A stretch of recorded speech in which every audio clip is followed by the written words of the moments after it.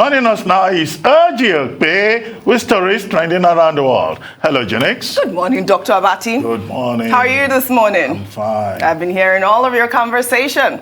Good morning. Unfortunately, we're going to stick with this conversation all day today. It's the only one worth having, isn't that's it? That's this it. Morning. That's it. Morning, Good morning, Tundu. Good morning, Rufai. You're shaking your head. I don't know why. The conversation I want to have is the fact that you're looking gorgeous. Oh, you're always so sweet. Unfortunately, that's always a good start. Unfortunately, the viewers want to hear what we have to say about this whole shenanigans, right? Yeah. All right, sorry, Rufai. That's fine. Well, good morning to you, viewers. Here are some of the stories that are trending across the globe. In the United States, Twitter co-founder Jack Dorsey on Wednesday agreed with Twitter's new CEO, Elon Musk, who on Tuesday said the decision to ban former President Donald Trump from Twitter was morally wrong and flat out stupid. Elon Musk's tentative plan to reinstate Trump's account has sparked a huge controversy as the account was permanently suspended over Trump's involvement in inciting violence during the January 6th Capitol insurrection.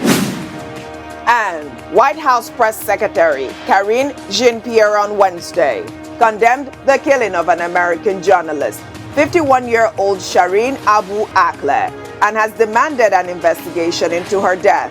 Akleh, who is also of Palestinian descent, was a well-known television reporter for Al Jazeera.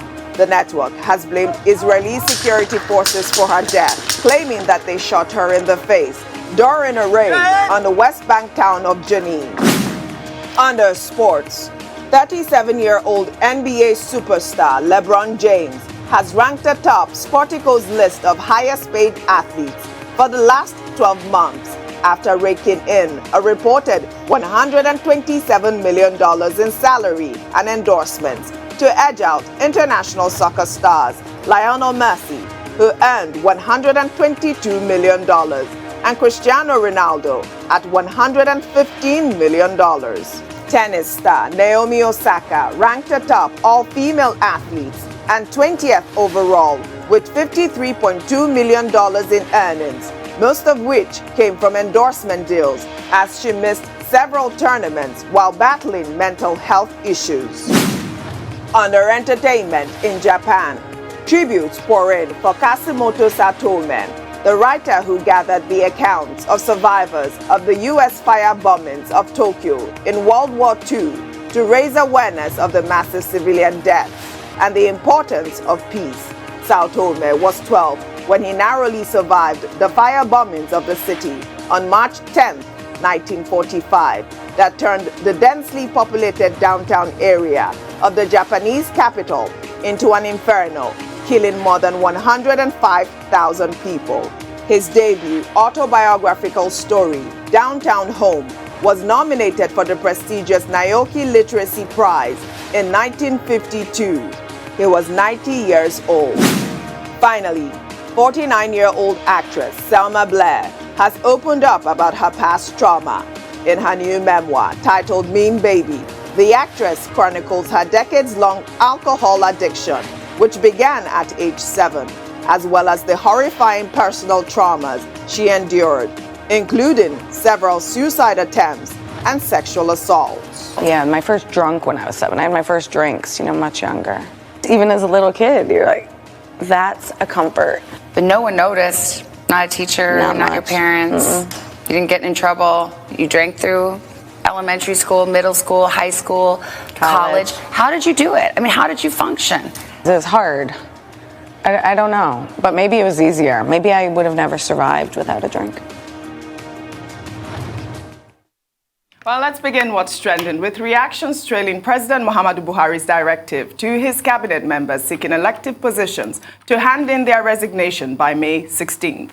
After repeated clamor from various quarters for the aspirants to step down, the president finally made the call on Wednesday. So far, Emeka Nwajuba, Minister of State for Education, Ogbonnaya Onu, the Science and Technology Minister, and Godswill Akpabio, the Niger Delta Affairs Minister, have all resigned, leaving Rotimi Amechi, the Minister of Transportation, Chris Ngige, the Labour Minister, Abubakar Malami, the Attorney General of the Federation and Minister of Justice, Uche Oga, Minister for Mines and Steel.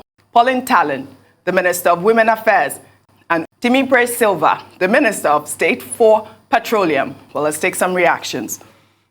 This is from Reno Mockery, who wrote, Buhari's order to his ministers who want to contest for the presidency to resign with immediate effect is commendable, yet incomplete. For it to have potency, it must be expanded to include Emefiele, the CBN governor, whose conflict of interest is alarming. #Table Shaker. Nefertiti wrote, the APC waited for Amechi, Ngige, Malami, Nwajuma, Ogbonnaya Onu, Akpabio, and other ministers to pay up before Buhari asked them to resign. Osibajo is elected. He won't be resigning to restore confidence and trust in the process. Emefiele and other political appointees must resign. Finally, Mark wrote, there is a 9-month period between the primaries and the elections itself. Will Buhari fill the vacancies that will be created by the resignation of his ministers running for office? Also, will the ministers that will lose get to come back to their former jobs? Questions, questions, questions. I'm starting with you, Dr. Abati. If you can answer that guy's question, let's start with that. Well, Mark. More questions than answers. Yeah. But all of this quite relevant to the democratic process.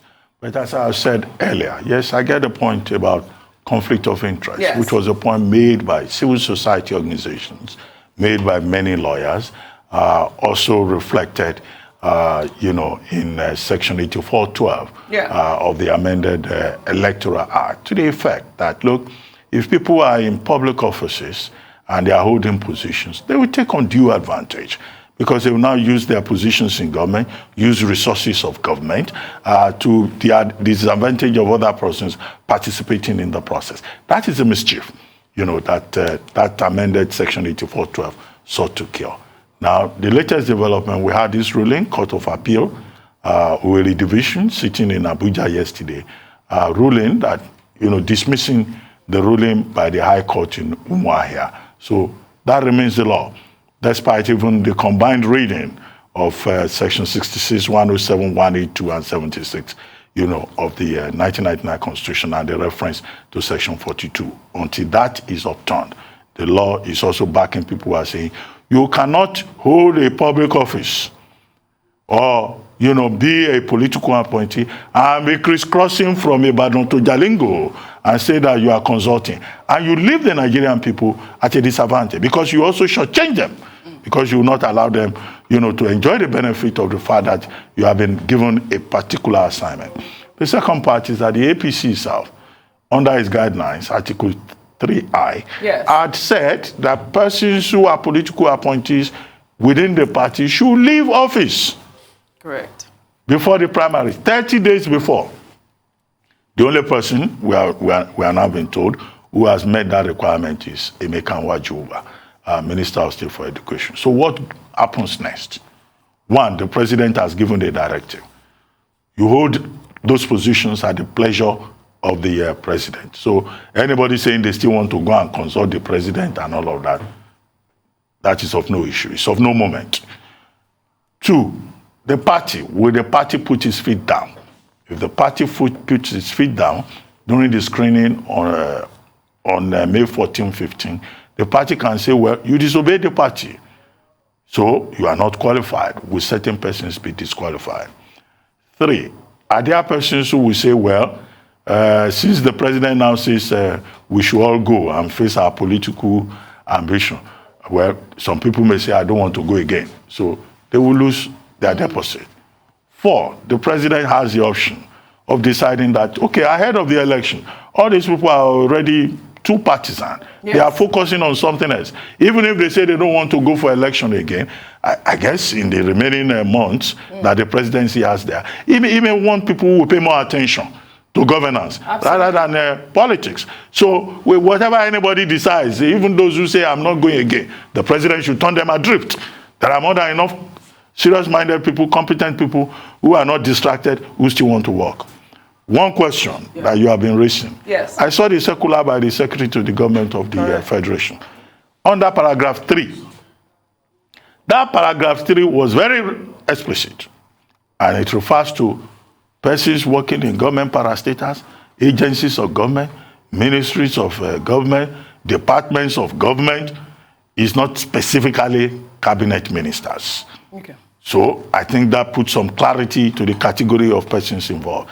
And Section 318, that some people have also been referring to, that was a very robust definition in the judgment of the Court of Appeal yesterday. That in fact, if it is just an agency of government in which the government of Nigeria has an interest, you cannot sit down there and say you want to run for election.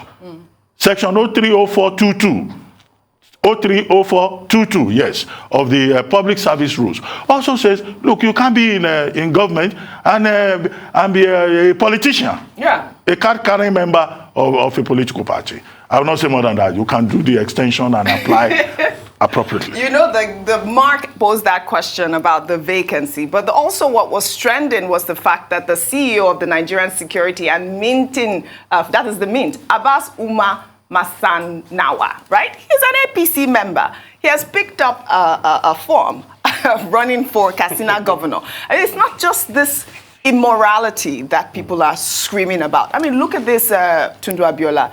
We're asking for him, as well as the CBN governor, to resign. And he's there looking terribly pleased with himself with his forms. He's the right-hand man. But I want to answer the question that you actually posed to Dr. Abati with regards to what happens.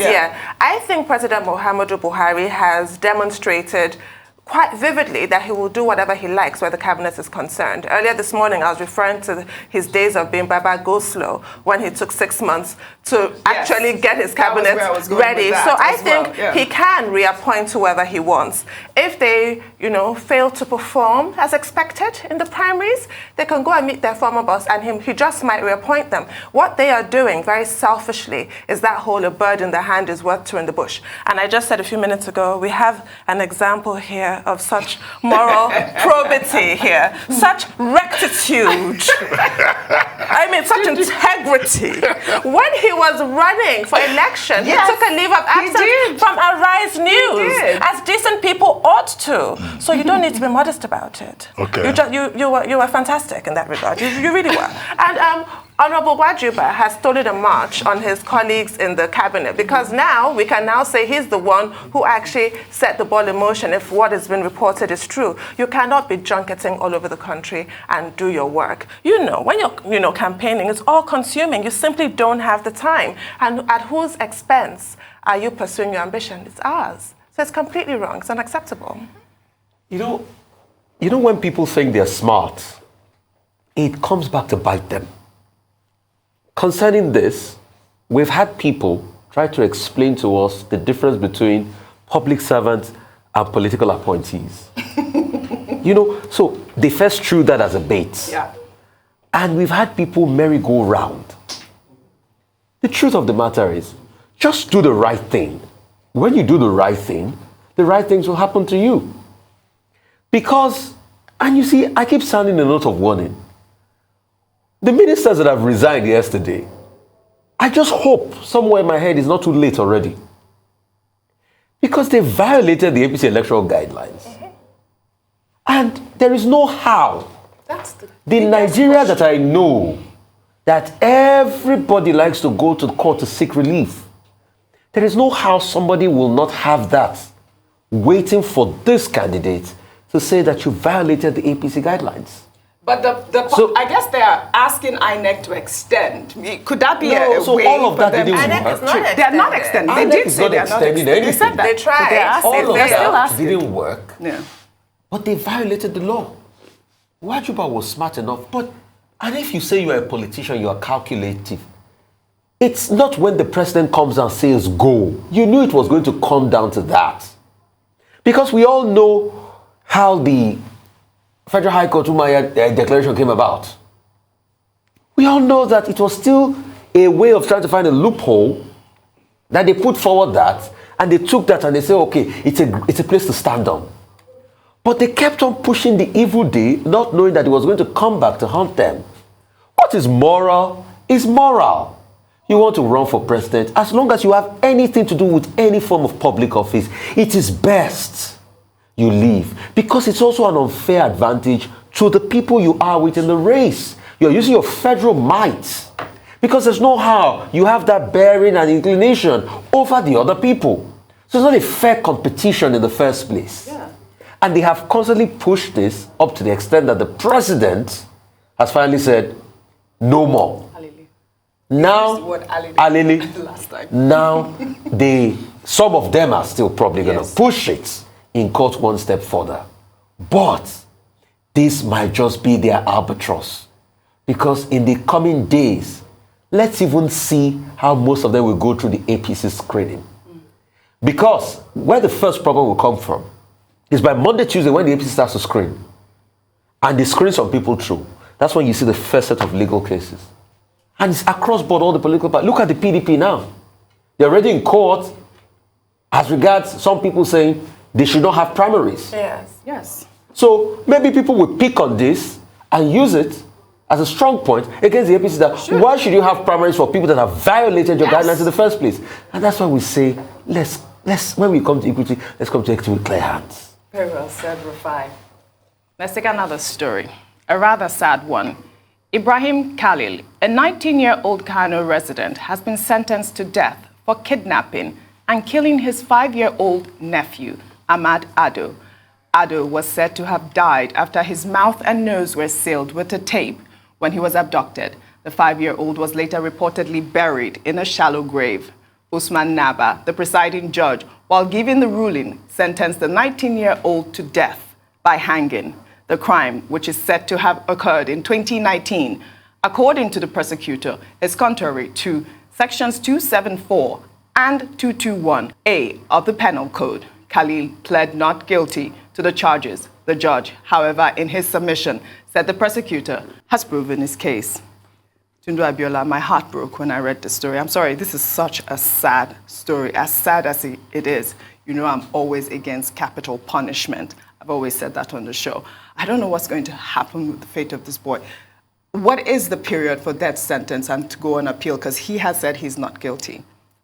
Well, I'm ambivalent about the death sentence. I like to think I'm against it until I hear a case like this, where he murdered his nephew. I'm sorry, I can't criticize the sentence that was reached with such a heinous crime. I don't know what's going to happen to him, because what tends to happen with death sentences in Nigeria is that the person just languishes on death row for the rest of their life, because it's really difficult now to actually get anybody who's willing, because you need the governor to sign that death warrant. And a lot of people, balk at doing that. Even people like me that can understand how the judge got there. I would not actually put my John Hancock on what's going to get, somebody killed. And also hangmen, I'm told, are in short supply in Nigeria these days. Nobody wants to actually do this kind of job. So he might just end up on death row. I just hope we never find him on a presidential pardons list. Oh, that's another one. You raise a very strong point. You raise a very strong point, because before you know it now, anything goes on that list. And that's why, please, we insist there should be a more robust appeal to that list now. If possible, on the screening list, put in civil society, put in all forms of stakeholders in government. But as regards this, it's a very topical matter. If you want to go back historically, the law of Moses, an eye for an eye. But there's also a part, I would say the law of Gandhi, that says an eye for an eye only makes the whole world blind. But there must be justice, because the nephew that was killed too had dreams, had hopes, had aspirations. You must have been terrified. It's just like the story of the young girl. And when you look at the Western countries that are kicking against this, they are still doing the death penalty. I think it's not referring to all states, but some states in America still... Oh, Texas just executed. They still do the lethal injection. Yeah. Shocking enough, Tundu. I think it was 1983 or 1984, if my memory serves me right, that France just removed the guillotine as a form of executing death penalty. I know somebody who saw the last person who was guillotined, I think it was in the 60s. The last time it was actually used. Was in the 60s. So but the law was officially revoked from the 1700s. So people their heads were actually chopped off in France up till the 80s. No, they stopped using it by the 80s, but it wasn't officially outlawed. So we should all admonish ourselves that life comes first. I think the moral of this story is that do not kill anything. And for me, death takes many forms. It might not even be the withdrawal of life from somebody. It might be the killing of somebody's dreams. Just like Nigerian politicians have killed the dreams of a lot of young people in this country. They have. It's just a form of death to me. So please do not kill anything. Do not destroy anything. There's a moral and civil code at which society works. And God will help us. Very quickly, if you do the crime, you do the time. Simple. Yes. The argument is not about death penalty.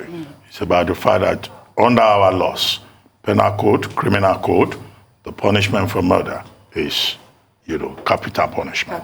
Second, you asked, the person is insisting that he's innocent. Not guilty, yeah. Well, if he says he's not guilty, his lawyers can go on appeal. The judicial process, you can exhaust it to prove your innocence, whether it's capital crime, capital punishment involved or whatever, okay? And the third part of it is that strange things are happening in our country. In Nigeria. The crime rate is going up. Yeah. You hear a cousin or an uncle killing the nephew and burying the nephew, or you hear a teacher in a school raping a 3-year-old and even having the temerity, the evil mind to go and visit and commiserate with the family. That's what you get when society has lost its moral compass and crime rate is going up and the rule of law fails, so people become unnecessarily criminally minded. We hope that in many of these other cases where the law is applied rigorously, that the same will be done and that the regime will be respect for the rule of law, not sentiments. Absolutely. Not